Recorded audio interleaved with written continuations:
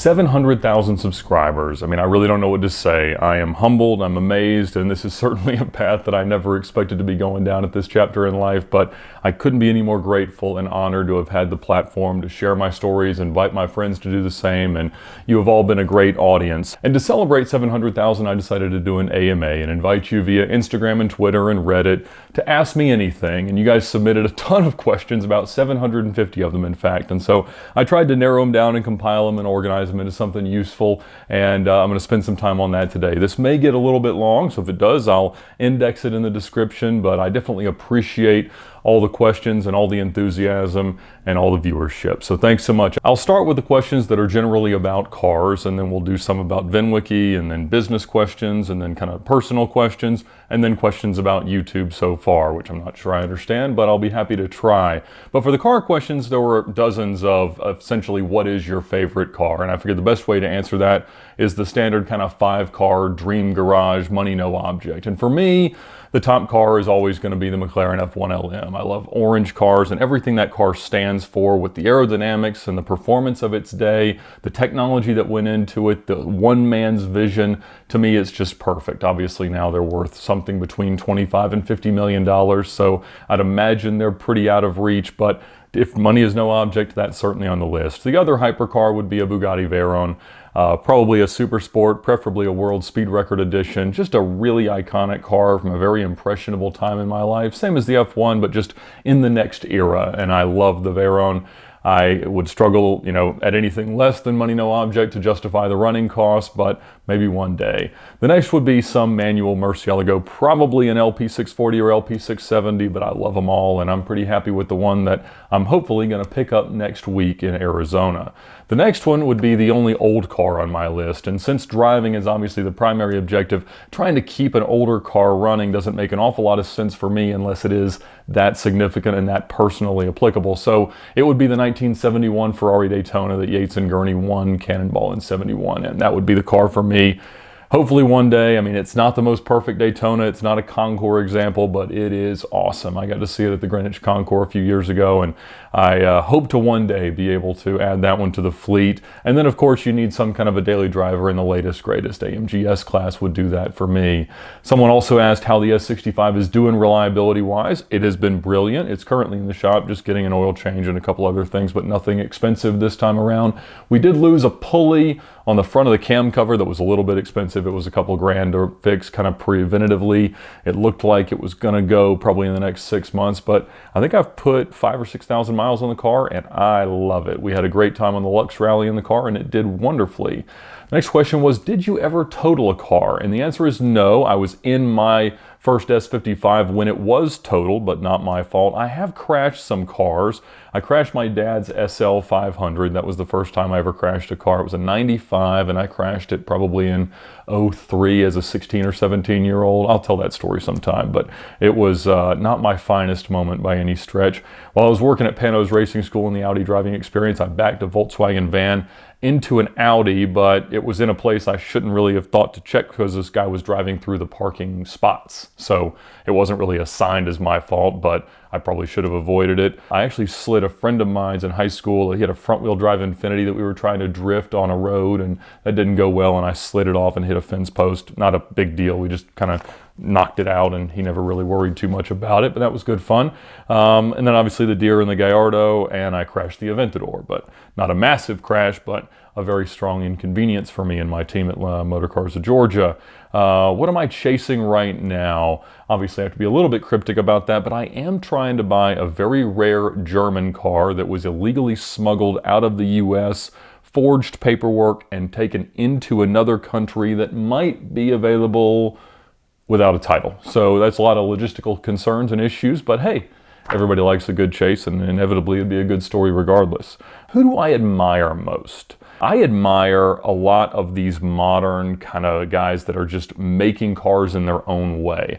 I love Jim Glickenhaus and Christian von Koenigsegg and Horacio Pagani. These guys that are taking their vision and truly making it real. I think that's fantastic, and I love that they are out there doing these driving events, inviting their customers to put miles on the cars, doing stuff like that. It's just wonderful. So I'm excited to see where all of them go in the coming generation, and as they're having to fight all the crazy technology from the big hypercar and sports car manufacturers, I think it's going to be an interesting time to be a car enthusiast.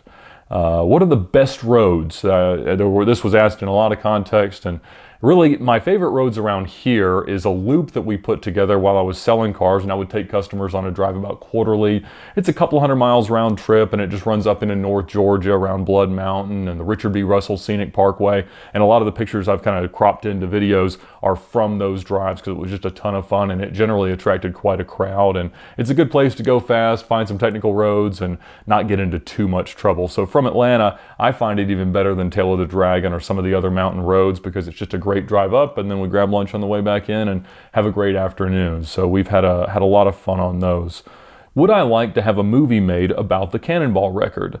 I would not mind it. Certainly, it's not something I've ever really endeavored towards. I had several production companies contact me after I set the record with a different interest in different things, and I did option the rights to one production company that's been, I think, trying to get funding for it. I don't really know. It could happen, I guess, at some point. The rights to the actual Cannonball Run franchise have been sort of in significant dispute ever since the last movie was made. And so that's supposedly going to come out soon, and I've heard that the rights to mine might be interesting from like a Netflix or something perspective as that becomes a more mainstream thing again. So you never know, but certainly not anything I'm pushing towards.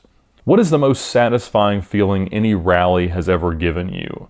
I'd have to say it's not really a rally, but the most satisfying car moment that I ever had was finishing the Cannonball in 2013. I mean, looking out over the Pacific from the Portofino was literally the most cathartic end to such a long-term goal that I'd ever had. And it was something that I never imagined what it would feel like, and it didn't feel like anything I'd ever felt before. It was so significant, so special, and so fulfilling relative to everything that I'd put into it. And so it was a great sensation, a great set of emotions, and it was awesome. From a car buying perspective, I'd say that the best car moment would have to have been actually getting the gray LP640 home, having the title in my hand after having all these huge loans and knowing that I'd been able to buy that car for less than the profit on the green one. To me, that was just an unbelievable sensation. Just the fact that my dream car was now mine with no debt, no other obligation, and I could do whatever I wanted to with it. Of course, that had to immediately include a lot of reconditioning, but we got it together and I really enjoyed that. I think it'll be similarly awesome in a different way to get the green car back now that I can have another one that's a little bit closer to my dream spec, and it'll be a bit nicer and a US car rather than Canadian, and no strange title history. So I think we're getting closer to the ultimate goal there. What do I see as the state of car enthusiasm in the next 25 years?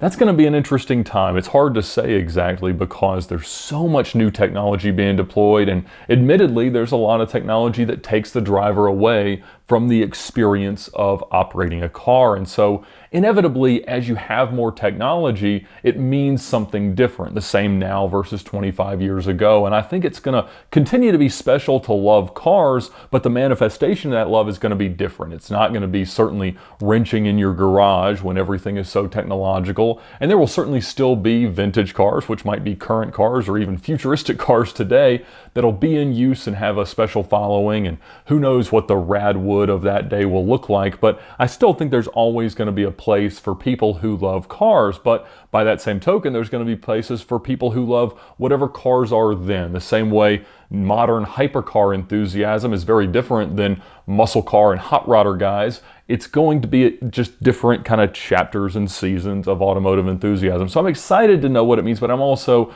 a little bit sad because I love a car that really exaggerates the experience of automobile operation.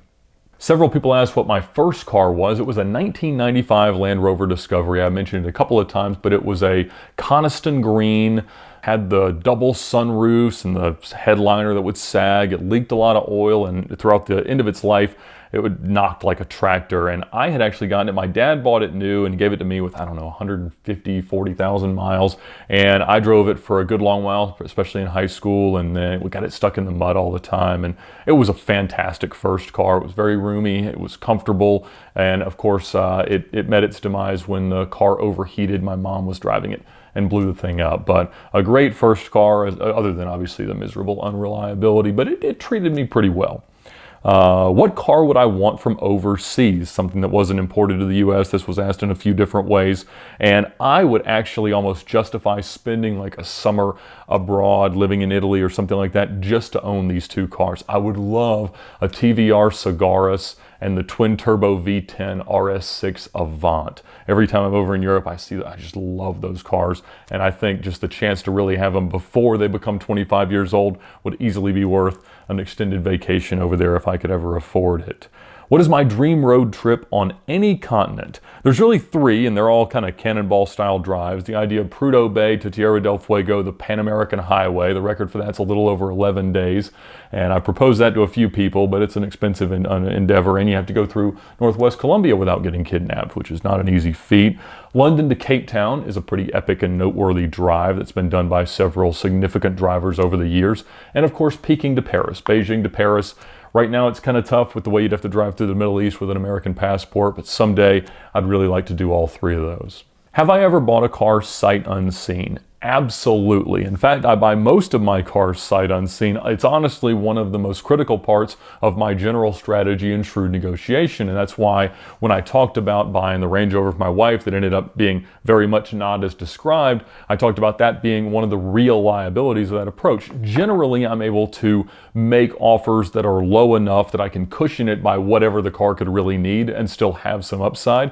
But that's the nature of how I have to buy most of my cars, because I need to move fast, be ready to pay quickly, and not have many objections. So I'm kind of calming the seller's concerns about selling an older, probably inherently problematic car, and being willing to take on some risk myself. And so it is my general modus operandi, but I wouldn't necessarily advise that to people. It really only works when you understand really everything that could go wrong with a car, and you know generally how much that would cost to mitigate if it were to happen.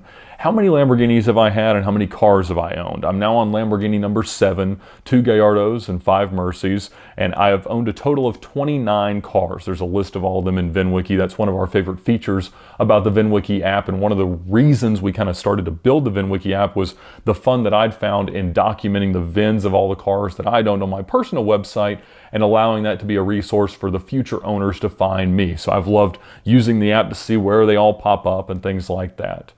Do I think anyone can or will beat my cannonball record? I mean, anything is absolutely possible. One thing I've absolutely recognized in the time since then is that so many things went right in terms of traffic and construction and accidents and cops and weather and everything else that could have so easily derailed the progress of the trip, that I think all those things would again have to go right for someone else. But certainly people can drive faster. There's faster cars. There's no new technology today that would just make it a much easier thing to accomplish. When Alan Troy and I were talking prior to mine, we all thought that Waze might be that thing. I mean, the fact that you've got potentially your own non-proprietary network of people reporting cops ahead of you, that would be a huge advantage. But since then, we've found that generally middle of the night, middle of nowhere, there's not that many people on Waze. So it's not a huge tool, but certainly it is helpful. Trapster was actually more useful for Cannonball, but obviously since it was bought by Nokia, it has been turned off. At some point, I'll probably make a video about how to beat my record for those who want to kind of compile all the different tips and all the tricks that might be useful that I either was not rich enough to afford or didn't think to afford at the time, or whatever that might be useful to people who want to try. But I certainly welcome the competition, and I think there are 4 different attempts planned for this year. So there are certainly people trying right now. What is the most overrated car I have ever driven? To be honest, I kind of find the high-end 911s to be the most overrated car, and mostly because relative to them, the regular Carrera S that cost, maybe 40 to 50% of what the really high-end cars cost is still a really awesome car. Like a Carrera T relative to a GT2 RS is at least 90% of the experience for a third of the cost. And to me, that's just a really hard value proposition. So I think even though they're exciting, they're beautiful, and there's great technology, and they are very, very fast, I think it has to feel overrated when you can get so close to it for such a small percentage of the money. What are my thoughts on the modern hypercars? Questions about the Zonda Huayra, which is obviously the Zonda not as modern. I love the Zonda, beautiful car, maybe one of the most beautiful cars built of that era. The Huayra was never as immediately beautiful. I've grown to like it because relative to everything else, I think it is very pretty. I don't find Koenigsegg's to necessarily be pretty cars in the same way I wouldn't find a McLaren F1 to be a pretty car. They are awesome because of what they do and the fact that form is following function, and the insane capability of the car certainly justifies it looking however it wants to. And they look cool, but they're not quintessentially beautiful the way a Zonda or a Mercy or an E-Type or a 300 SL or all these classically gorgeous cars are. What do I think about the state of modern supercars with the Senna and all these new cars? I love the idea of the Valkyrie and the Project One, although they're going to be cars that you really can't put a lot of miles on because they've already specified, especially in the AMG 1's case, that you got to rebuild the motor every 10,000 or 15,000 miles, which to me, it really just takes a little bit of the air out of a road car ownership experience. Of course, you know, if you're talking about a $2+ million car with a $250,000 engine rebuild, I guess it all just kind of goes with the territory. But, you know, part of my passion for interesting cars has always been the strategies that would allow you to mitigate the cost. And I don't really feel like that's going to be the case with some of these new hypercars. I also really fear the ideas of what these cars are going to be like to keep running 15, 20, 30 years from now with these battery packs and these hybrid systems and so much active technology that is awesome and definitely creates a tremendous amount of performance, but I can't even fathom what it's going to be like when those parts really do start to break. Do I work on my cars myself? Sometimes, and I'm not afraid of watching a few YouTube videos and trying to do anything to a car, but I'll also recognize that just like I don't fix a lot of things around my house, I am not the most qualified person to fix anything.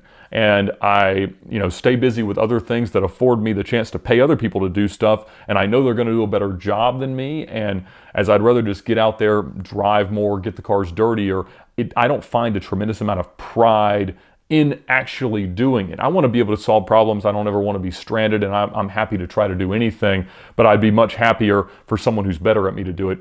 So that's generally been my approach. Have I had any near-death experiences? Obviously, sometimes it's hard to know. I mean, I've had some very high-speed runs with some potentially bad outcomes, but none of them really manifested. So it's really hard to say. I mean, I've had some scary times in cars, particularly as a passenger, sometimes with my wife driving, but we've survived it all, so I don't really know. None that just stand out in my mind. What's the worst time I've ever stalled a car or the most embarrassing moment? V12 Vantages are some of the easiest cars in the world to stall, and especially as we're moving around the showroom with customers there, we all stalled them all the time, and I found that it was a great car to drive, one of my favorite Astons to drive, but man, I stalled them several very, very public times, and it just kind of goes with the territory. Am I only interested in exotics? Do I like cheap cars as well?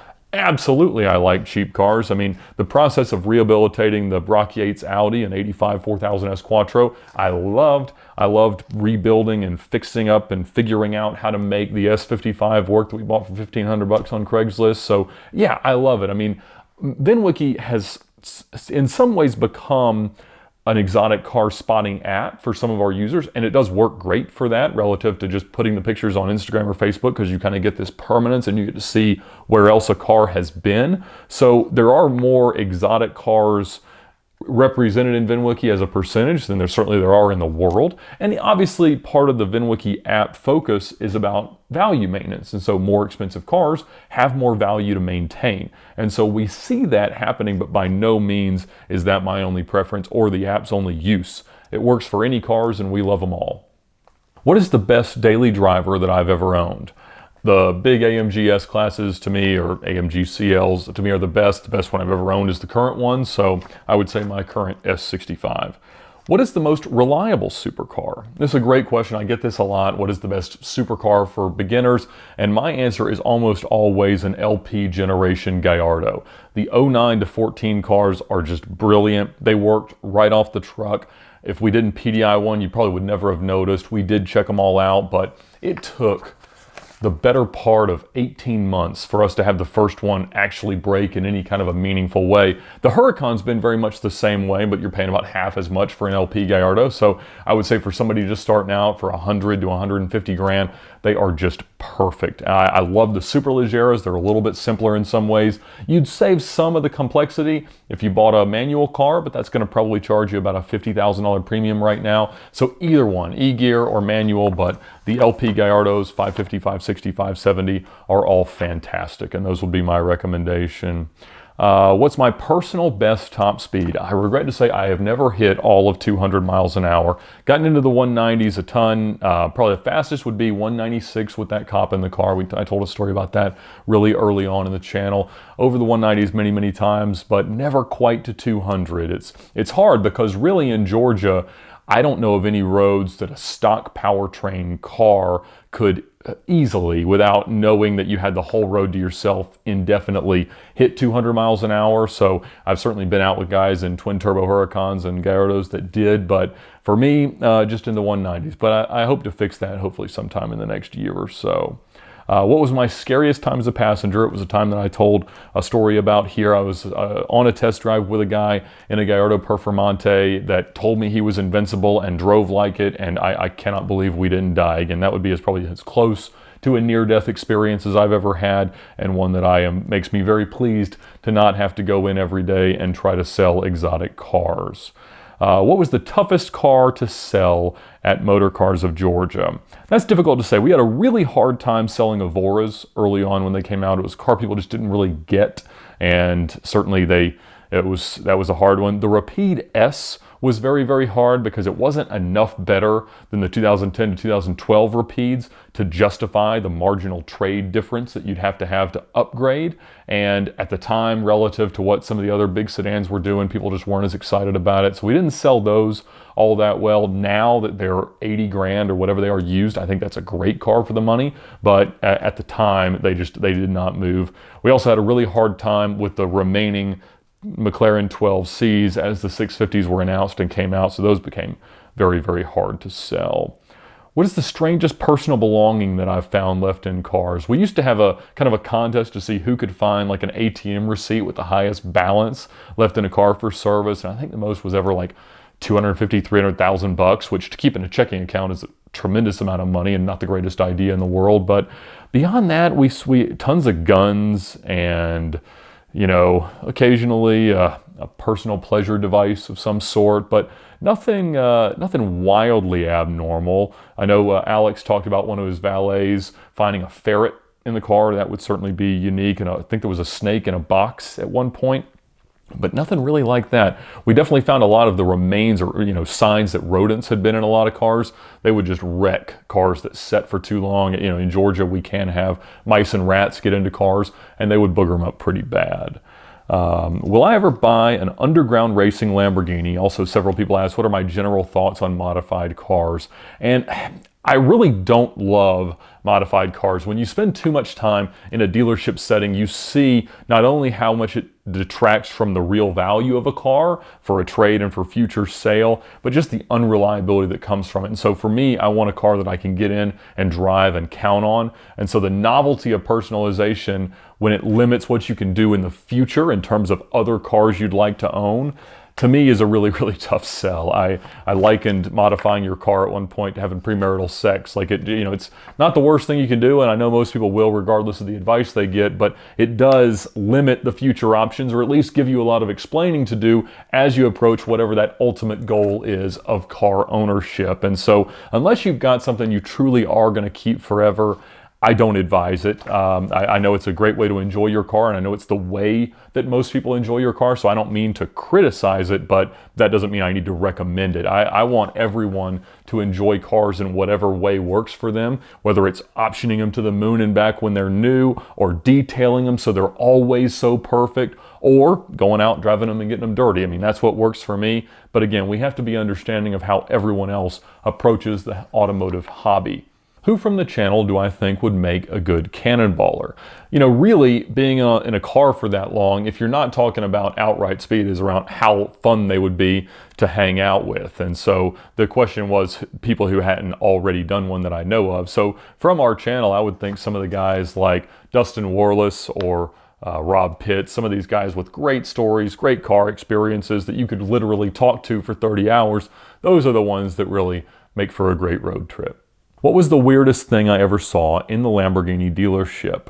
I mean, it was really some of the antics of some of the guys that came to work there, like Nick crashing into the car on the first day he owned his motorcycle. One of the guys had a taser as a personal protection device, and we got real bored and we decided to test it out on him. He was okay with that. And so there were a lot of really, really strange antics, people that tried strange things. And I'm sure I'll think of some more stories at some point, but we'll let those stand alone. What are my thoughts on the Grand Tour? I have really enjoyed the latest season. The earlier episodes, I thought it took a really long time to kind of catch their stride. I mean, sometimes when you have a really, really successful thing, you don't know why it works. And I think Top Gear was that. I mean, most of us that watched all of them going back to the original seasons remember that it was the same way. It took a long time for the inside jokes and the dynamic between the three presenters to really make sense. And clearly we've seen that the American attempts and some of the other efforts to redo Top Gear just haven't worked. It's not just about three guys that are kind of friends and kind of don't like each other driving around in really, really cool cars with great cinematography. It is a science, and that science requires the emotional trigger from the viewer to actually relate and see themselves in the circumstance and learn something. And I think they're getting back to that as they've gotten rid of some of the stupid, gimmicks and shticks that they were trying to do early on. So I've enjoyed it lately, and I'm excited to see where it goes. What is my recommendation for a first cheap sports car? Something usually $10,000 to $15,000, or a few different versions of that question. I love a Honda S2000. I love a well-sorted E46 M3. I think both of those can make for great early sports cars, and they have their own liabilities, but I think they can be terrific cars to own. What's going to happen to the 993, and what car do I regret selling most? What are my thoughts on RWB? So I have not sold the 993 yet, and I added in this question about what car do I regret selling most because I'm thinking pretty hard about selling it, because the manual Ferrari 360 Spider that I had for my exotic car rental fleet may become available fairly soon. And that would be the car that I would love to replace it with, just another gated manual car, a beautiful Ferrari. The 360 Spider was, to me, one of those first cars that I really loved, and I would love to have that car back. Fortunately, it was miserably rough when I sold it, but the guy that bought it from the dealer I sold it to made it very, very nice, fixed it all up, and so supposedly it's quite a nice car with good service history now. So I don't exactly know how much it's going to cost, but I had thought about doing an RWB conversion on the 993. It takes forever to kind of get on their list, and honestly, as cool and beautiful and analog as the car is, as the Mercy comes back, it's not something I'm really going to enjoy driving all that much. It's easy to hop in and go somewhere, but I'd enjoy having the Ferrari sitting around and driving it from time to time more. And again, still trying to decide what we'll do in terms of a giveaway at around 1 million subscribers. So it'll be something pretty epic regardless of what car it is. Do I want an Aventador? Some different discussions about what do I think about the modern directional Lamborghini and stuff like that. I love driving Aventadors, and I've tried to buy dozens of them throughout my time at Lamborghini Atlanta, and since then. The long-term maintenance and repairs terrify me. Those gearboxes do go, and they are $30,000 to $40,000 depending on what breaks around them. And I find it hard to get really excited about them. I don't love how many they've made. I don't love how many special editions they've made. So it's hard, probably at some point, but really only for the sake of owning the whole vertical. So if I also got a Diablo and a Countach and a Miura, I think it'd be great to complete the vertical of that collection. But just to drive, they're brilliant, but out of warranty, it'd be hard. And now that they've increased the warranty cost to like $9,000 a year, that becomes a very, very terrifying thing to know that eventually you wouldn't even be able to add a warranty to it. What was my favorite car I sold while working at Motor Cars of Georgia? There was a red Carrera GT I sold a couple of times. There was a beautifully optioned Aventador 720, the 50th anniversary car in blue Nethunes, Monterey blue that I sold. And I loved that car. I thought it was just perfectly spec'd to a really good customer. So I really liked those. Obviously I sold several manual LP640, so it's hard to top those, but lots of amazing cars. If I had the choice between no speed limits anywhere or a Ferrari F50, which would I choose? I thought this was maybe one of the best questions. I mean, both obviously fascinating things. I actually tried to buy a non-running F50 a few weeks ago and didn't get anywhere on it, but I love the F50. And if it were different cars, I don't know. But honestly, speeding is awesome. Being able to go as fast as you want is great, but street cars are built for street use, and treating the whole world as your racetrack is not necessarily the best way to enjoy them. And so I love the idea of just having these great cars and enjoying them in the context that we're given the chance to really use them. And so I think I'd take the F50 as much as I would love to be able to speed everywhere I go. I get away with that more often than most, so I guess that might have something to do with it. Is there any movement on the $300,000 Bugatti deal? So the car did sell, supposedly. I don't believe it's been moved, and I don't know that there's been any progress in getting it fixed. As Tavares kind of speculated, I think there's a pretty good chance they're going to get deeper into it, maybe do a few things, and then want to sell it again because they run into something that they just can't fix. Probably the wiring harness, which is going to be the biggest monster in the closet there, or they'll learn that there's just so much internal corrosion and water damage that it's just not worth saving. So I don't know. I mean, at that money, the only way it would make sense is for the YouTube views, and quite honestly, the YouTube views are not quite that valuable, so it justifies some things, but I don't know that it's going to justify that car. Will I ever own a Tesla? Lots of people ask what I thought about the new Roadster and general Tesla models, and yeah, I mean, you can't drive a Tesla and not be wildly impressed by it. My wife really likes the Model X, and so it wouldn't surprise me if we get one of those for her at some point when the Range Rover is no more, but to me, I want to cling to what I love about cars while I can. I mean, at some point, certainly it will just become impractical. It's already wildly impractical to drive a Mercy around or anything like that. But at some point, with the way that taxes or, road fees might happen, it could be really, really hard to enjoy driving one of these cars. And so while the sun's still shining on those cars, I think I'm going to keep driving them. But I am impressed with a lot of the things about Tesla. The build quality and things, and maybe the longevity of the batteries is not great. I'm not a wild, huge fan of electric car technology. I don't think it's the best long-term solution for how we make cars work because they just get really, really expensive as they age. So I'm not really sure. Is there anyone currently waiting on the statute of limitations to run out to reveal a cannonball result? A New York to LA run, no. I don't know of anyone that's done that and is waiting a year for all the statute of limitation to run out. But there is a cannonball style drive from different points that might come out around Christmas. So stay tuned for maybe a VINwiki special on that. What are my thoughts on the E60 M5? I love the cars. I actually did own one. I bought one probably in 2014 that had $43,000 in warranty receipts from the prior 2 years. It had an extended warranty, and I paid 22 grand for the car. And I drove for a little while. I thought at the time that I needed a 4-door, 4-seat car because we just had my son, and I enjoyed it. I wasn't crazy about the SMG gearbox. It was not a stick car. They were bringing a considerable price premium even then.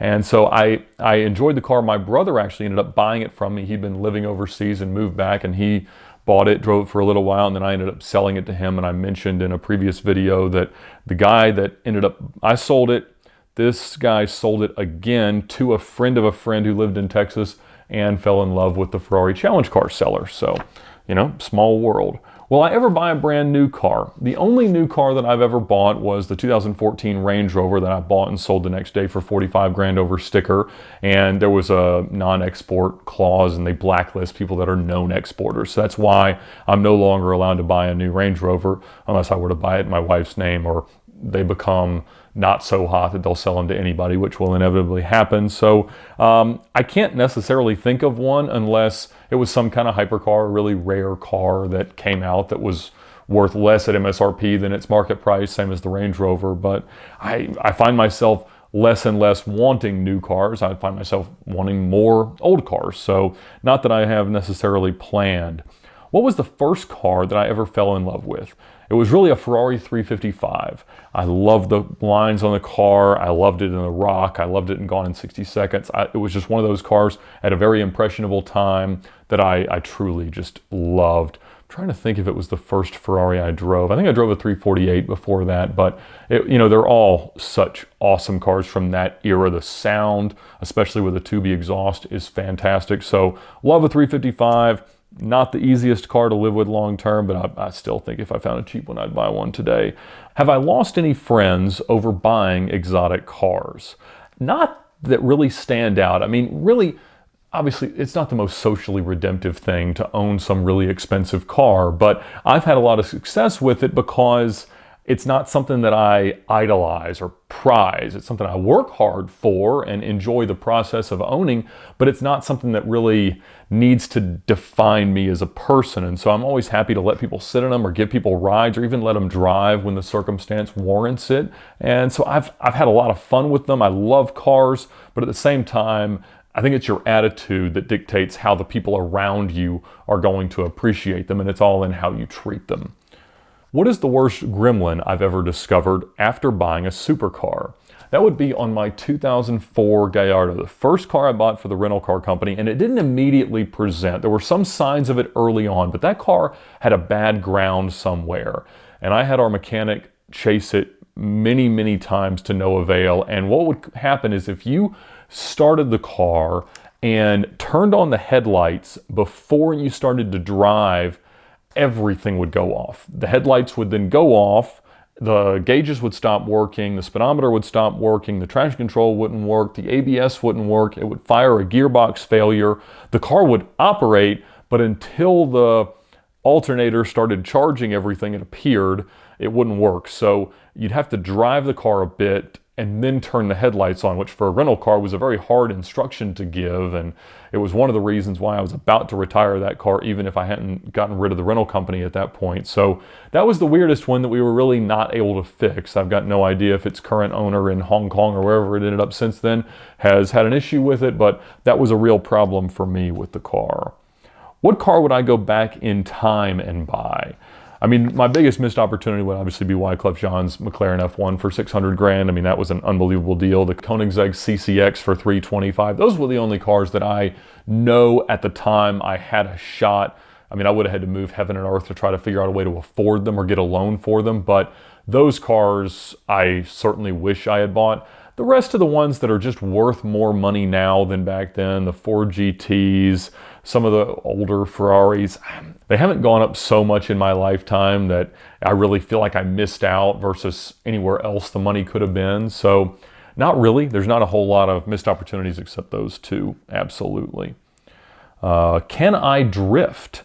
I can put a car pretty sideways for a good little while. I am by no means a professional, and most of the cars that I've had and been able to learn really the limits of are all-wheel drive, which are not the greatest for drifting, at least not with a ton of space. But I've had enough time on track and with enough fun cars that I can get the feel of it pretty quick and have some fun with the car. So I don't know, maybe one day I'll have to build me a drift car and find out for sure. What's the most interesting characteristic of a car I have seen? To me, the less interesting a car is, the more interesting it is to own from like a technological perspective. So what I love about my Mercy is it has a fixed suspension, manual seats, no crazy active aero other than the wings, which are pretty easy to fix when they break, no crazy forced induction. It's just a simple enough car with a manual gearbox. So to me, interesting is less interesting. But the most interesting thing that I think I've ever seen in a car are the Koenigsegg doors. They are just as cool as doors could possibly be. Cool doors are a very thing to be cool about a car, and so in terms of crazy new technology, I'll take those. If I could merge two cars together to create the best package, what would they be?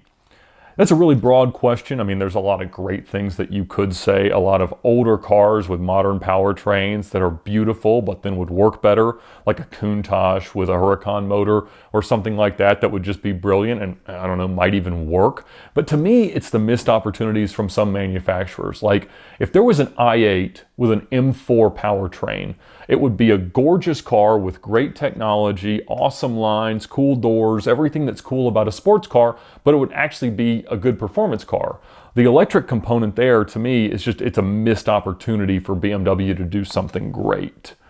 What caused my hatred for McLaren? Well, I don't hate McLaren because I love the McLaren F1 and I love driving the modern cars. I've thought really long and hard several times about buying a 675 LT because even as unreliable as the cars can be, I just find it to be the best modern sports car in terms of the way it looks, feels, behaves, the room inside. They're just awesome.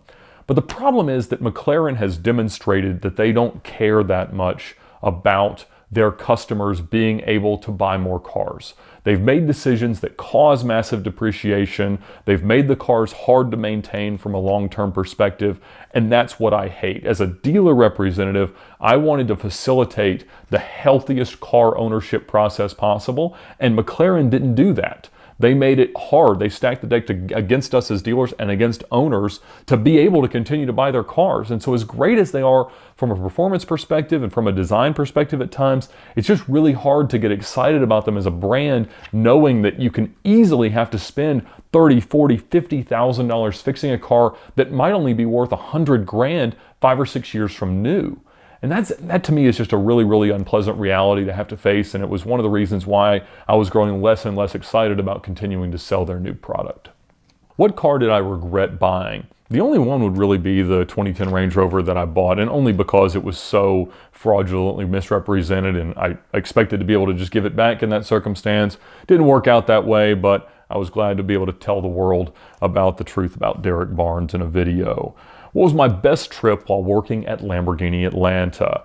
The new car launches were always awesome. The Sesto Elemento trip out at Spring Mountain was phenomenal and that car was amazing. But really, the Aventador launch at Vallelunga and the tour of Rome that we all got as part of that, that was pretty epic. That would probably be one of the best moments while working there, was just blasting down the straight at Vallelunga in a car that nobody had ever even seen in person really yet, and it was fantastic. So my wife got to come along with me on that trip, and it was wonderful. Definitely one of the best perks about running the Lamborghini brand at a dealership. What do I find most special about the Murcielago?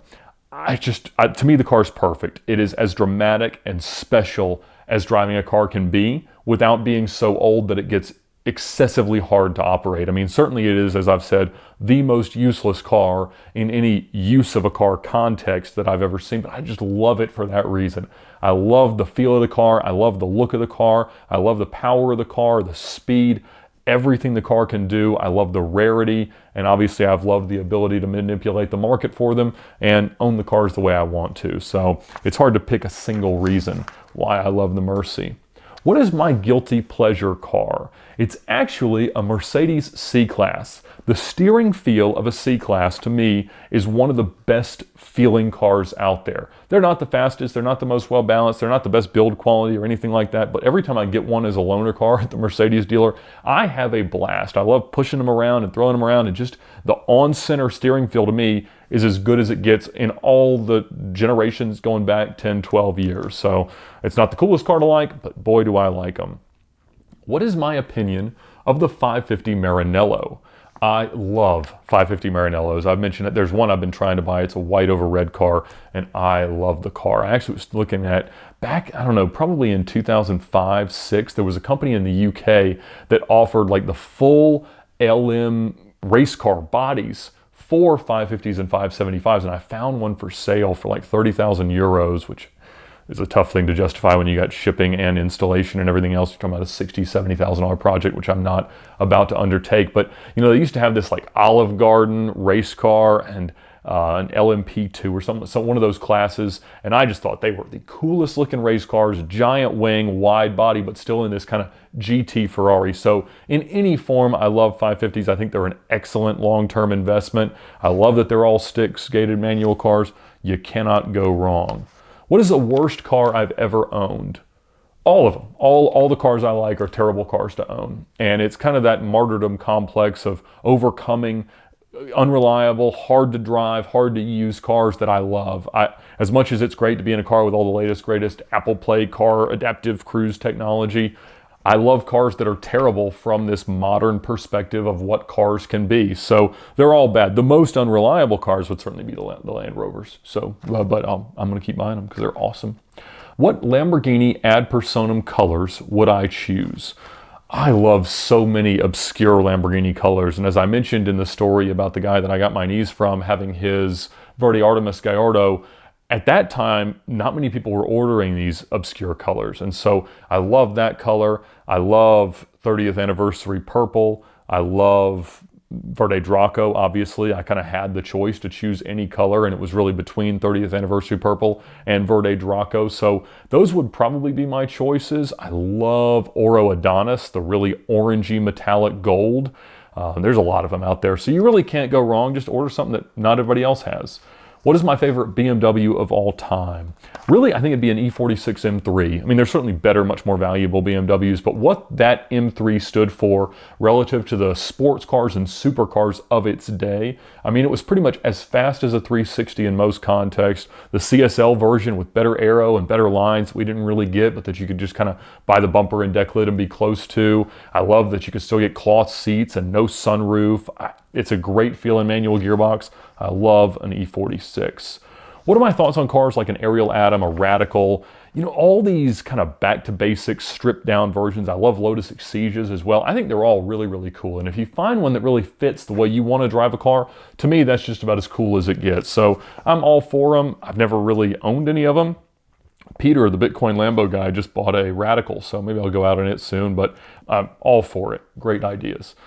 So now we'll move on to some VINwiki questions. One that was common is, when are we going to have a meetup? I don't know. That sounds like a great idea, and as I attend some more Cars and Coffee events and things through the summer, I'll definitely figure out a way to announce those, and I think it'd be a whole lot of fun to do. So noted, and we will do our best. Why did I create VINwiki? Was it primarily a business motive? I created VINwiki as an extension of the way that I've owned and sold cars in the past. It was designed to crowdsource vehicle history so that these interesting little tidbits, like the stories we tell here, could really be attached to a historical record about cars. It was based on some of the ways that I kept track of cars that I had owned after I sold them, and based on some of the ways that I sort of curated the value of cars that I sold while I was at Motor Cars of Georgia. And so the goal was to create an app that could encapsulate that. Now, the growth that we've had from the YouTube channel has so far exceeded really the capacity of that app that we're trying to update it, but we've kind of reached the end of some of the development capacities from some of the team that started. So we're troubleshooting that, and I apologize for some of the latency and lag in that, but it's been awesome to be able to, send so many people to the app. When we started the YouTube channel, we had 5,000 VINwiki users, and now we've got almost 170,000. So it's a whole different load and different number of people, but that means that every day it creates just some unbelievable, new information that you wouldn't normally be able to discover anywhere else. And so the next question was, is it profitable and how does it make money? No, it does not make money, and we've wanted to keep it free and sort of unmolested by advertisers as long as possible, because with a social styled app that we're trying to get data from users, like, it doesn't make sense for me to charge other users for information that these users contribute, and we can augment it with some data, but that gets really expensive and hard to make work from a true business perspective. So my goal was always to keep it free for as long as possible. Now, fortunately, this YouTube channel does create some revenue, so it keeps the server spinning and pays our bills and pays me enough to not be starving anymore. But I went 2.5 years without making a dollar from what I did for a living. Fortunately, I had some good car flips in that window, and I'd saved up a lot from my time in selling cars, but it was a really, really tough time. And the great thing about the YouTube channel, quite honestly, is not that it's going to make anybody rich, but it prolongs the runway we have, the time we have until the business has to take off and stand on its own. And that's one of the reasons why I've resisted taking on external funding and had people who want to invest in VINwiki, because we don't know yet exactly what VINwiki should be. And that's going to be a community decided thing, and we're going to try to build up the capacity to add more features and figure out what we can do. So when people ask, when will there be an update to the app? I got the first build of the next update last night. So hopefully that's going to take a few weeks or maybe even a month or two of refinement to get that to where we can deploy it. But we'll probably put some links out on Twitter or Instagram or Facebook, and maybe even here as we get it, that other people can come on to help us test. It will particularly improve the Android version, which is at the moment, I'll confess, terrible. What are the future plans? The future plans are really to increase our ability to be sensitive to what our app user audience wants. We want there to be a huge sense of community and a pride in the data that's being collected so that it becomes a very, very valuable resource. So we're going to integrate more data that's not user submitted, and we're going to try to be even more receptive to the recommendations, the bugs that people find, and our ability to fix them.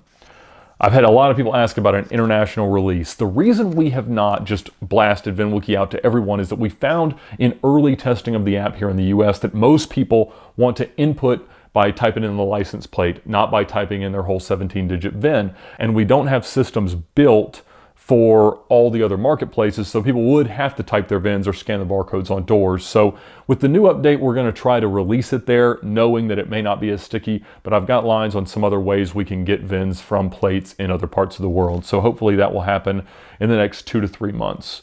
What's the most interesting piece of information that we found out about cars on VINwiki? I love when we find out that one used to be owned by a celebrity, or that one car was used in the commission of some weird crime, or was seized in some government raid or something like that. This is stuff you'd never find on Carfax or AutoCheck. So every single day, I would say, there is some piece of information like that that's discovered and added to the timeline of a car. And so if you're driving around or taking a picture at Cars and Coffee, and then you notice as you post it that this car has been in some new weird circumstance, to me, that's just awesome. I mean, if a car's in an Amber Alert or in a news story or something like that, somebody's going to post it in about 5 minutes into the VINwiki app. And that is the power of the community at large, that we've now got more information sources in our users than Carfax or AutoCheck have in all their government sources and manufacturers and dealers and service suppliers and stuff like that. So it has the ability to become a tremendous resource at critical mass. We're just trying to give it the time to grow to that.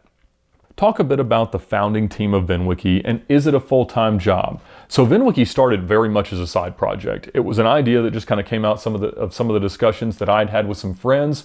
The database architect for it initially was Dave Black, who was my co-driver for the New York to LA record. Dan Wong built the first version of the iOS app. He rode with us on that record. Kevin Bandy built kind of the beta version of our web front end, which we're still trying to refine, but he was a longtime car friend, worked with me a little while at Motor Cars of Georgia, and was just one of those just consummate car enthusiasts that was really good to help us build the vision of what the product needed to be. And Peter Saddington, the Bitcoin Lambo guy, helped us out early in organizing the technological effort sort of as a CTO, and just in helping us to figure out the best ways to promote it and manage the team. So we've had other people come on that were data historians or other developers and things like that, but that was the original founding team of VINwiki. We also got some excellent business questions for the AMA. Looking back on the successes and failures you've experienced, would you recommend the path you took? How does it feel to have people look up to you? That's really hard for me, and it's not in the Charles Barkley, like, I'm not a role model. Like, I can appreciate that some of the things that I've done are enviable, or that people might like to try to emulate that, but when I look back, it's very much the recognition of a lot of the risks that I took.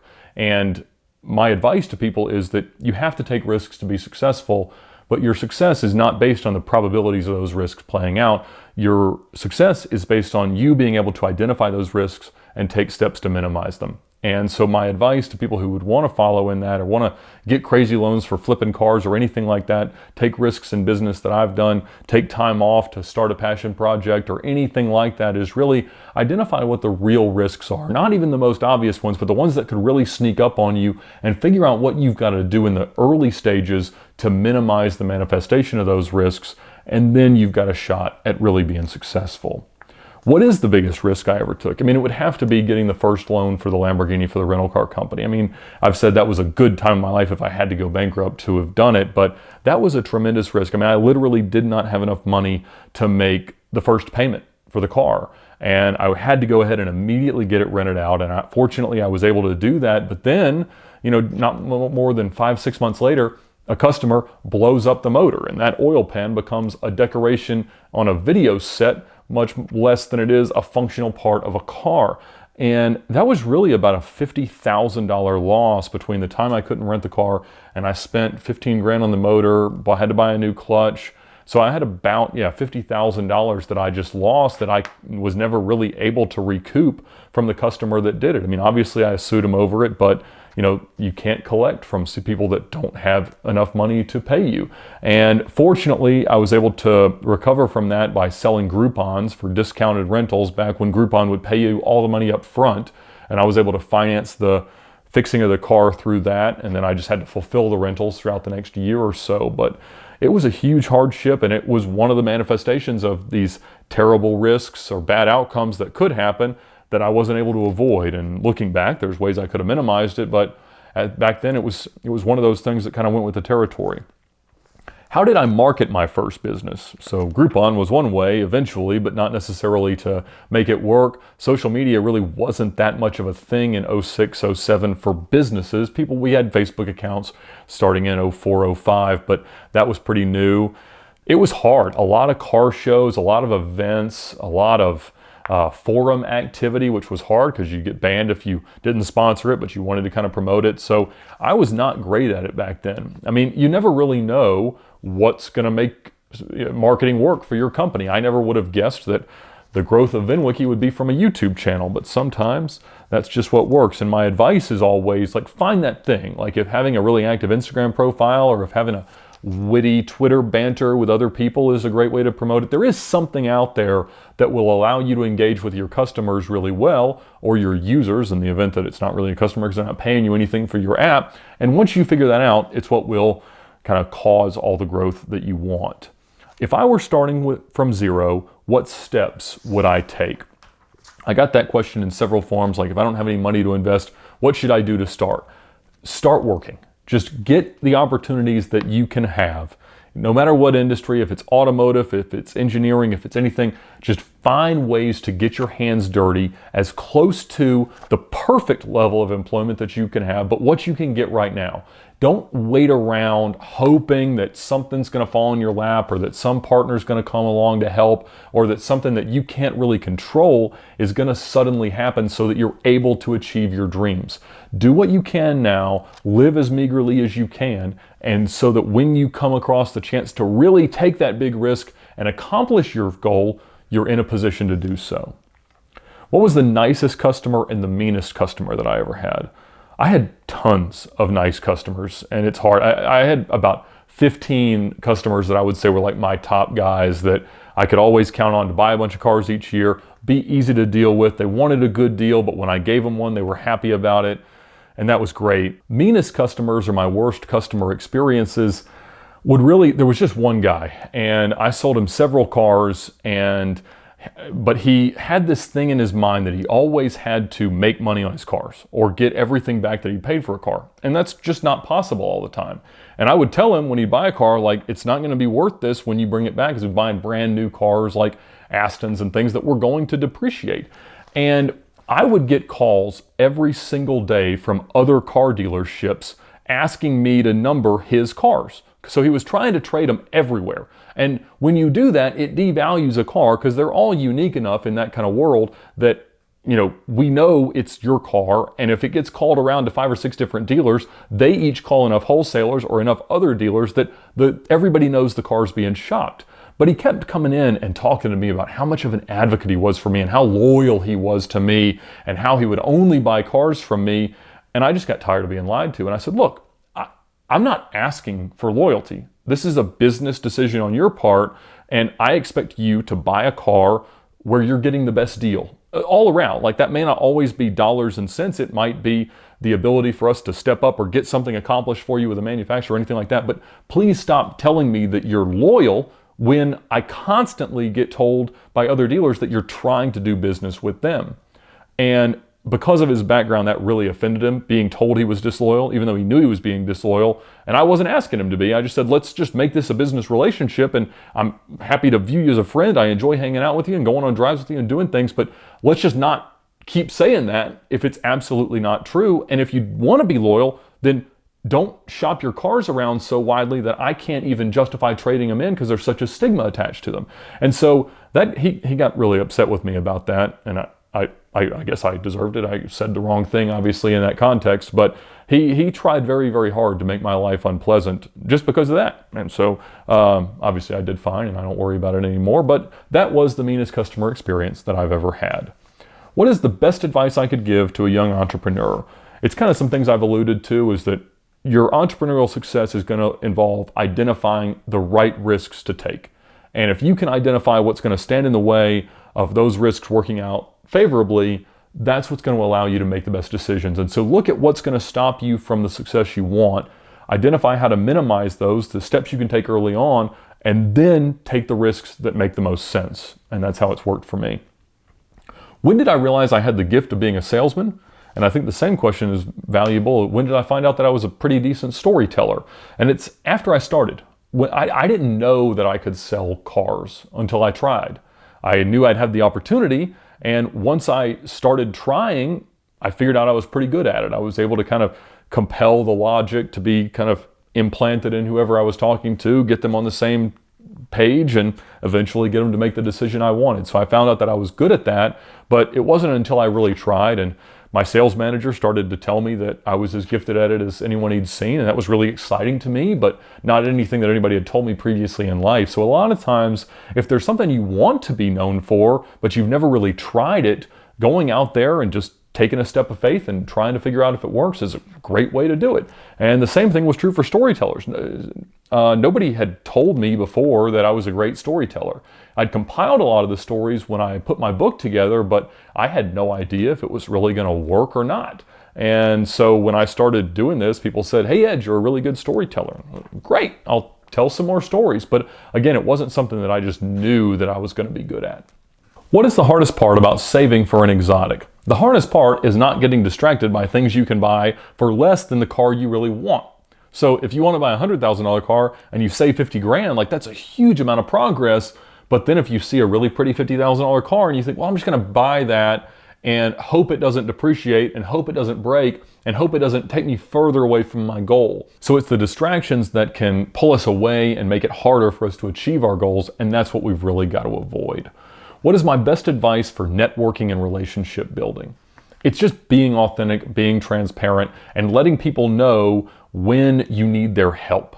Asking people for something is the biggest part about getting them to do it. People don't know how to help you until you ask. And so it's not just about opportunism, and it's about being the person that someone else can rely on. So if they don't view you as reliable, they don't feel the compulsion to be reliable to you and to help you towards outcomes. So you've got to start by being the person that you'd want to be able to count on. And if you conduct yourself in that way and you become productive, you become effective, then it's going to be a whole lot easier for you to find other people who are willing to mutually approach a relationship that way.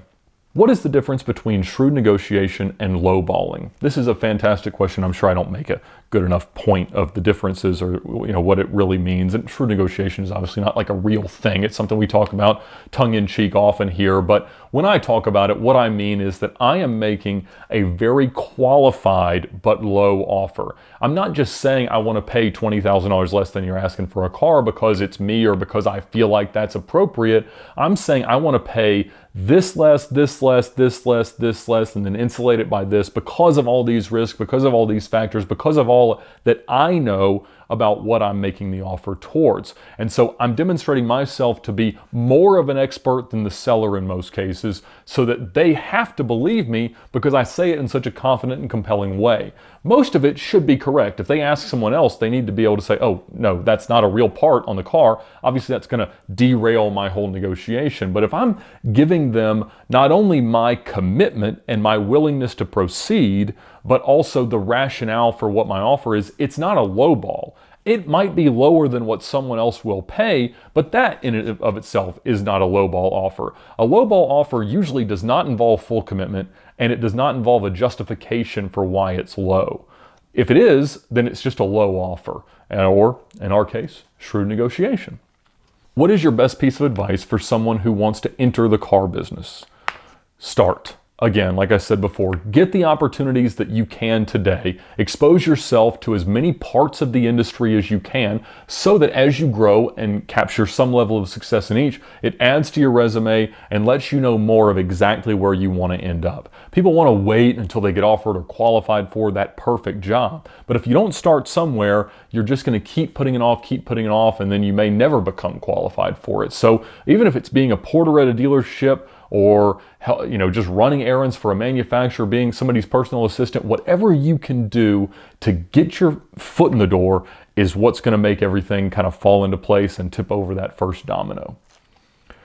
What are some of my long-term goals? 5 years, 10 years, there were lots of different questions. And that is a really hard question for me because quite honestly, I've achieved a lot of the goals that I set 10 years ago, and it took me longer than I wanted to achieve some of them. And so when I look back at the goals that I set at the end of college or early in my career about the cars I wanted to own, where I wanted to live, the events I wanted to do, the things I wanted to be known for, most of those things I've achieved. And so at the moment, apart from just continuing to build VINwiki and maybe eventually selling it as part of the ultimate business model that we believe VINwiki can become a huge asset to a company like Carfax or AutoCheck or other large automotive data providers, I mean, that's really my current vision. And of course, to raise a good family. I've got a son now, I've got a wife, I've got a household to maintain, I've got a pet snake to feed, I've got a lot of things going on in my life that I need to keep on track more than I have in the past. So that's kind of the focus right now. What career choice would I have selected if I weren't doing this, whatever this is?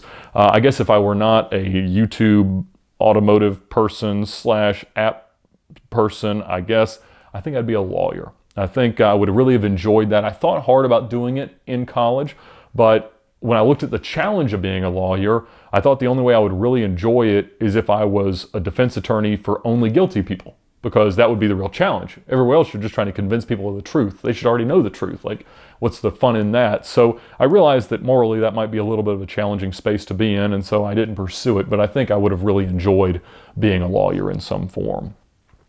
What is a good career choice that will guarantee a chance to own supercars?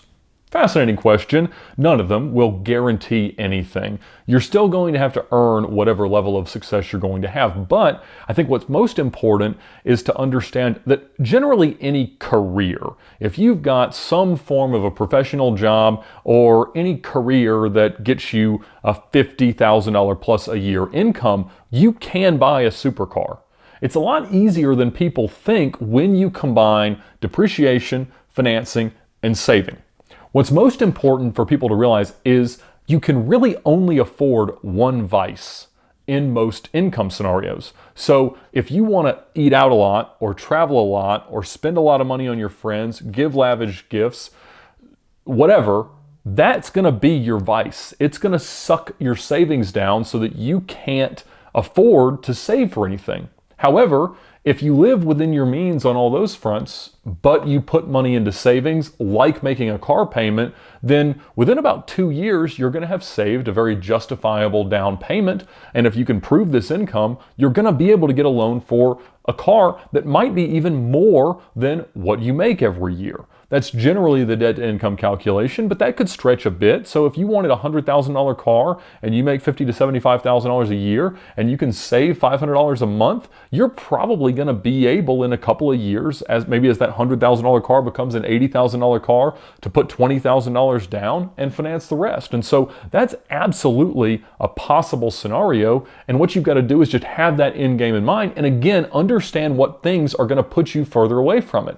And so if that means you've got to eat cheaper food or not spend money on traveling or whatever it is, do that, live in a reasonable place, and you'll probably end up there a lot faster than you might think. What is my biggest regret in life? There's certainly decisions that I see that I could have gone a different way and maybe had a better immediate outcome. But as I look at where I'm at now, I see how the bad outcomes shaped where I got. So I can't, in hindsight, regret any of them. In the moments following them, certainly there were some things that I wish I had done differently, but I'm very pleased with where I'm at right now. And so I don't want to regret any of them because I know that some of the opportunities that I've had wouldn't have happened if I had gone in a path of least resistance or in something that was more immediately favorable. And I think that's the way you've got to evaluate your past, not to say that things could have gone better, things could have gone worse, but to say, are you happy with where you're at? And if you are, then you made the right decisions. If not, then you need to change the way you're making decisions now based on putting the pieces together and tracing back to see how things happened in your life. How did I earn enough to buy my first Lamborghini in college? I didn't. I got a huge loan for it. So that's a big part of it. That was a huge risk that I took, but I didn't earn it at all. I didn't earn virtually any of them until the ones that I have the titles for now. Apart from that, I earned it by having good credit. So I guess that is a way of earning, but again, back then the credit didn't mean anything. Do I regret closing the exotic car rental business? Not really, particularly in the last couple of years where theft amongst exotic car rental clients has become so prevalent. That's been a huge problem, particularly in the last 12 months. And so I would hate to be in the exotic car rental industry today. And it's why I don't advise anyone to start an exotic car rental company today. I really regretted it. Well, it hurt more in 2016 because that would have been the 10th anniversary of starting supercar rentals. And that was a hard time a little bit just to think about the fleet it could have grown into, the things we could have done, the stories I would have had, and hopefully the money I would have made. But I don't really regret it because, again, the things I've gotten to do since then were honestly better ways to make money. The next questions were generally about my personal life. Several questions about the snake. Have I ever had her get out or get lost? Do I plan on getting more? Sunny the Lamboa is doing very well. She's happy, healthy, and we're very pleased with her. I don't have any plans to get any more. I would still love to have a pet alligator. I got a permit for one years ago. You have to have a permit in Georgia to keep one, but had decided against it at the time, but you never know, that might happen. She's never really gotten out. I forgot her in the tub one day and she crawled and hid in a box, but it only took us about 30 minutes to find her, so that wasn't that big of a deal, and my wife and son weren't home at the time, so no one else to get frightened by it, but she's a great pet. I love snakes because it's so simple. She sheds her skin a few times a year. She eats once a month. She uses the bathroom once a month. She's very easy to keep clean, hypoallergenic, everything you ought to want in a pet. She's also pretty cuddly. Has being a father changed your perspective on the automotive industry? Do I think he'll ever drive a manual exotic car? Has he expressed any interest in cars? And I don't know if young drivers to 11 years from now are going to be driving cars the way we drove cars. If you start looking at who we want to make safe drivers, young drivers are a great place to start. So I don't think his world of driving is going to be like ours. Certainly, I think it's going to be fine and reasonably common for people to operate old cars, which are cars that are still fairly modern right now.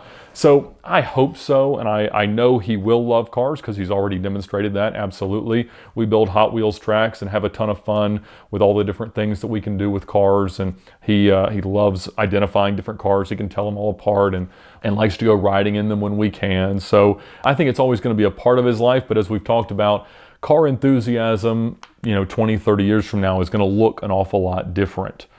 What's my most interesting story of being pulled over? How many fast driving awards or tickets have I avoided? And do I find Gwinnett County or Fulton County to be more strict?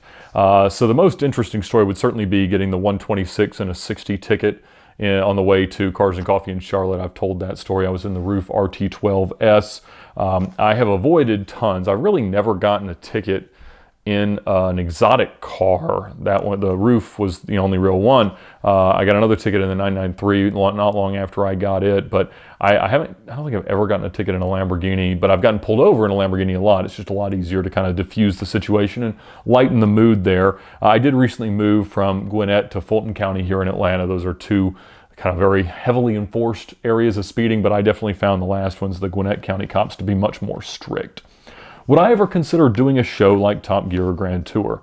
I don't think any car guy would ever say no. Back when they were auditioning for a replacement for Clarkson, they had a casting call and you had to send them in a 1 minute or 30-second video. And of course I sent one in, but I mean, I didn't get picked. I didn't have nearly the social following that they'd want at the time. So, but yeah, if the opportunity presented itself, I don't care how bad a show it is, it'd be fun to make. So I would be in on that.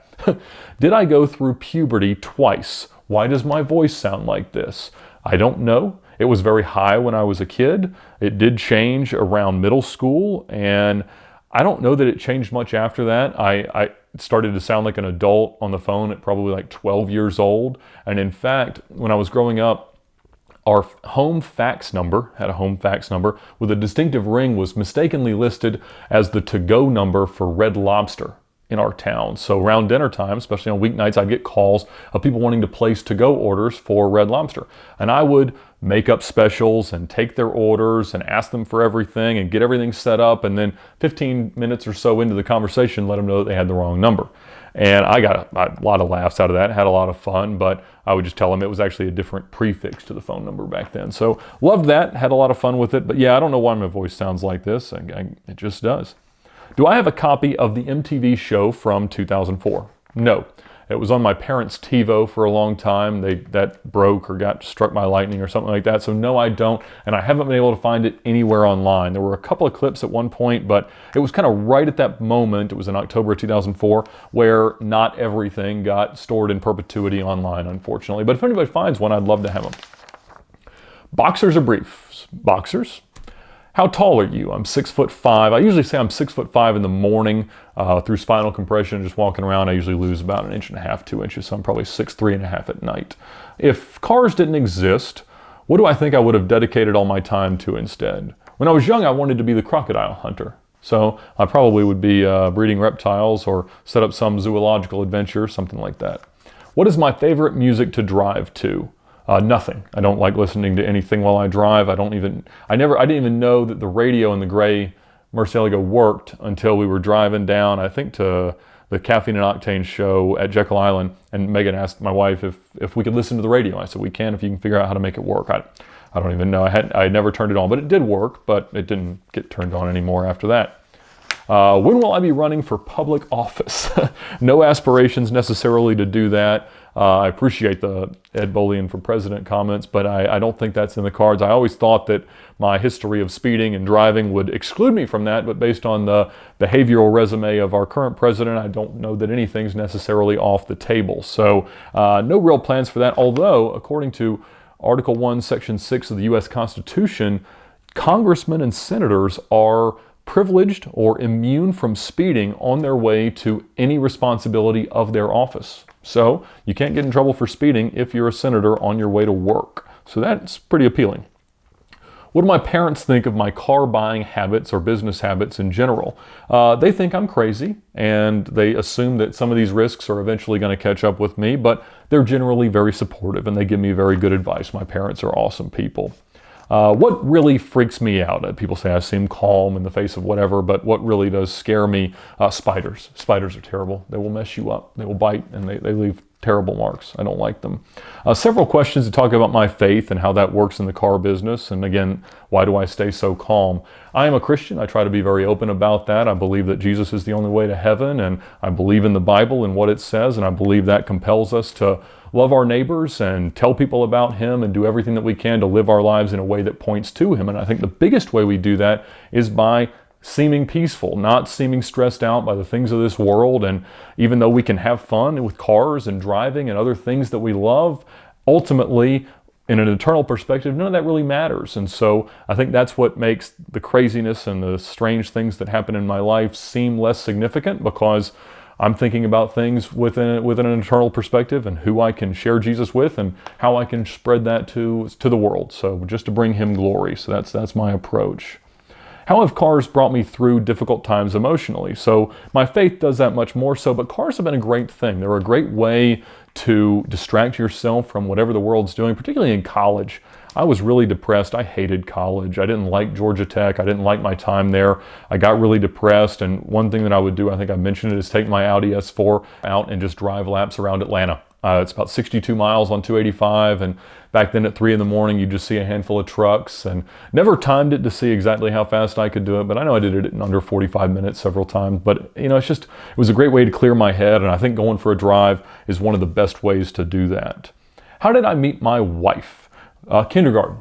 We grew up together. She's a year older than I am, but I knew her in elementary, middle, and high school. Our younger brothers were the same age. They were friends. She was the homecoming queen, but we didn't start dating until the second year of college for me. So actually the same week that I incorporated supercar rentals, we started to date. So the cars were kind of a package deal, and she's been very accommodating most of the time since then. What is my favorite color? What is my favorite IPA? And do I like sour beer? My favorite color is orange. My favorite IPA is the local Creature Comforts Tropicalia IPA. Do I like sour beer? Sometimes. We got a lot of sour beer from a local brewer for our launch party, and it did not get drunk. But I do enjoy some beer and other drinks as well. What is my favorite Fast and Furious movie? I'm a huge Jason Statham fan, and so I love his involvement in the recent ones, but it's gotten so corny. But even in corniness, I loved Too Fast, Too Furious. I thought that was just, zany and wacky from the start. So it's hard to really say that I like any of them better than the first one, because that one just had such tremendous impact, so we'll just stick with that. Nuggins here. Nuggins asked, can you record my voicemail greeting for me? Sure, Nuggins, clip this out. You've reached the voicemail of Nuggins, and he's otherwise indisposed. It may be that he doesn't want to speak with you, or it may be that he'll try to later. But regardless, you know that it's not best for you to leave a message here, but instead you should be texting him. So please hang up and do that now. Where can I get an albino iguana? The guy I sold mine to is down in Miami, and he sells them pretty actively. There are some websites and things, but if you search for albino iguana, it will probably be of the lineage of the ones that used to live in my parents' basement. What are my thoughts on sim racing? I think it's awesome. I think the ability to replicate a true racing environment, to learn tracks and everything else and just have fun is awesome. Lamborghini actually had a contest amongst the salespeople to see who could pass some test, which I did, and then we went to Italy for a tour of the factory, and then we got to all compete in the simulator that Schumacher used to train on. And it was like a full F1 car chassis, but it was all projected up on screens, and we had to drive Imola in a car that was supposed to be set up like a GT3 spec Gallardo. And I was the fastest among the salespeople, and it was supposed to mean that I got to go out on Vallelunga in a GT3 spec Gallardo, but unfortunately it was snowing, so I didn't get to do that. But we got to drive Aventadors and Gallardos around the streets of Bologna and had an awesome trip. So I love it, and I think it's a lot of fun. The next section that I divided the questions into was questions about YouTube or things in general. And the first was, what was my inspiration behind the channel?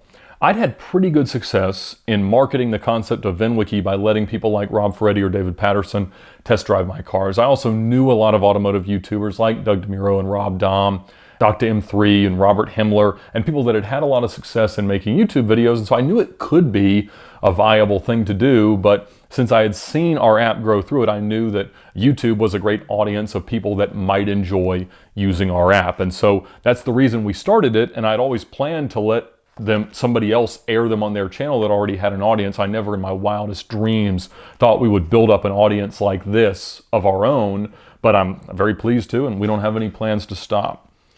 Tons of questions about, will I let Doug DeMuro review my cars, and is he coming to tell stories?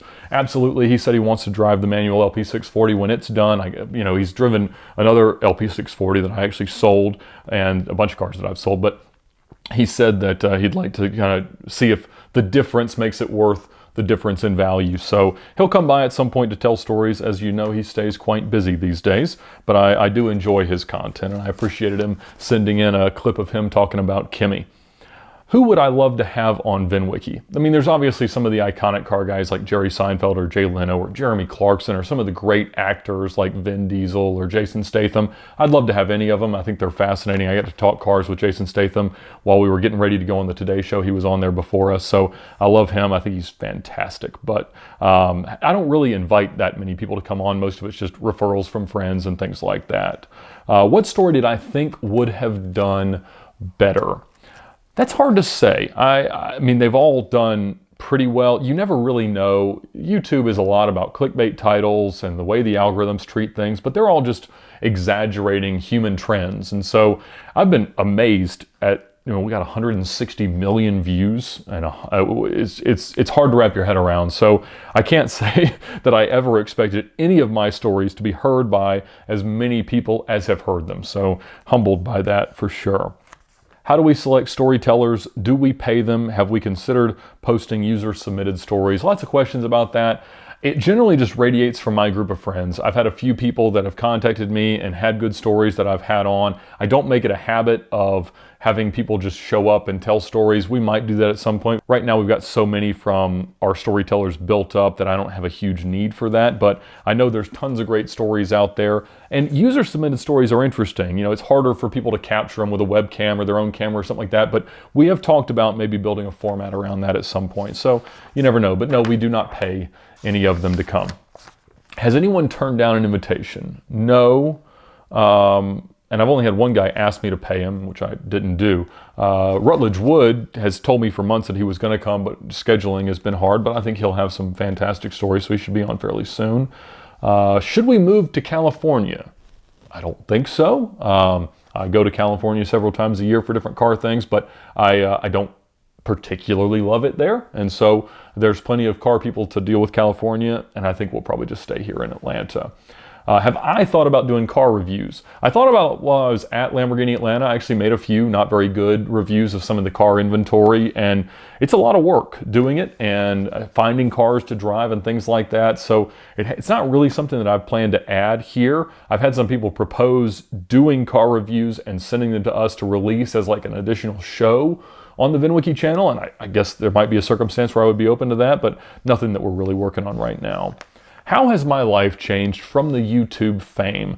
Do people recognize me in public? Several different versions of that question. It's weird. I mean, going around to car shows, it wasn't uncommon with the Cannonball notoriety for people to come up and say, hey, I want to take a picture. Now it's obviously a lot more significant. I don't like to think that I'm famous, but I might be.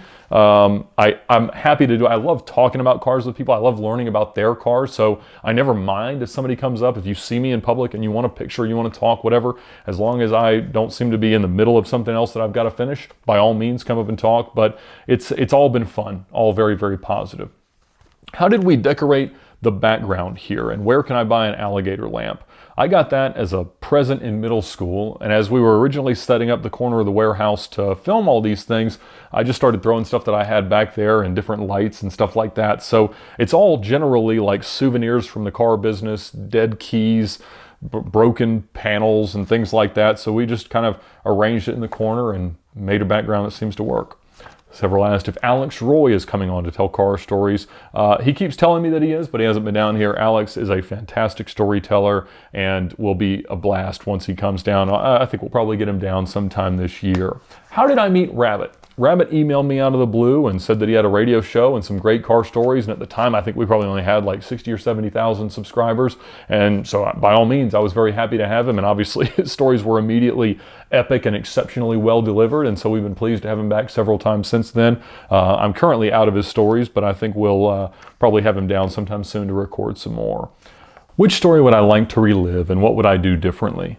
When you look at a story, it needs to be obviously something interesting that happens, hopefully that mixes with some compelling or informative backstory that all gets wrapped up in a happy ending, and then hopefully there's a lesson to learn from it. That's what makes for a good story in any context, certainly this one. And so a lot of the things that I did at the time weren't that much of a story. I mean, certainly there's a lot of things I've done that I'd love to do again, and I will do again, but it doesn't become a story until you see how it all plays out, and hopefully it ends in something really cool or awesome. And so while I would love to do a lot of this stuff, I'm really more interested in new experiences and the chances to learn more interesting things. Would I ever consider doing a vlog or a podcast? I mean, honestly, I don't presume my life to be interesting enough to justify a daily vlog or anything like that. I mean, I'm open to it, I suppose, but it's not something that I ever really thought about. So I guess I'll consider whether or not it would be useful. A podcast we have thought about, because I know a lot of people listen to our stories in another tab in a browser, or just, not really paying attention to the pictures of the person talking. That's totally justified. And so a podcast could make sense. It's good for us to keep all of the viewers in the same arena, but obviously we know there's people that don't watch YouTube videos and would listen to a podcast. So we might explore that sometime later this year. What is my favorite story that I have told? Honestly, I love the stolen Lamborghini stories. Everything that came together, what it means with respect to how the app can be useful, the type of documentation that happened there, and the links we went to. I mean, I know it gets me called a snitch every so often, but I for what I care, I thought they were really fun. I enjoyed the stories. And the last one was, are there any stories that I can't tell on VINwiki? Of course there are. It's not the venue for everything, but thank you all so much for the questions. Thanks for watching. Thank you for subscribing. If you haven't subscribed already, please hit bells or buttons or however one does that, and we definitely appreciate all the support. Please download the VINwiki app and add to the stories of the cars you love, and thank you for the support, all 700,000 of you. Can't wait to see what the future holds, but we are humbled to have the opportunity and the platform to share these stories. We'll keep them coming. Have a great day. VINwiki trusts AP3 paint protection with all of our cars. To learn more about clear bra options and ceramic coating, visit ap3atl.com.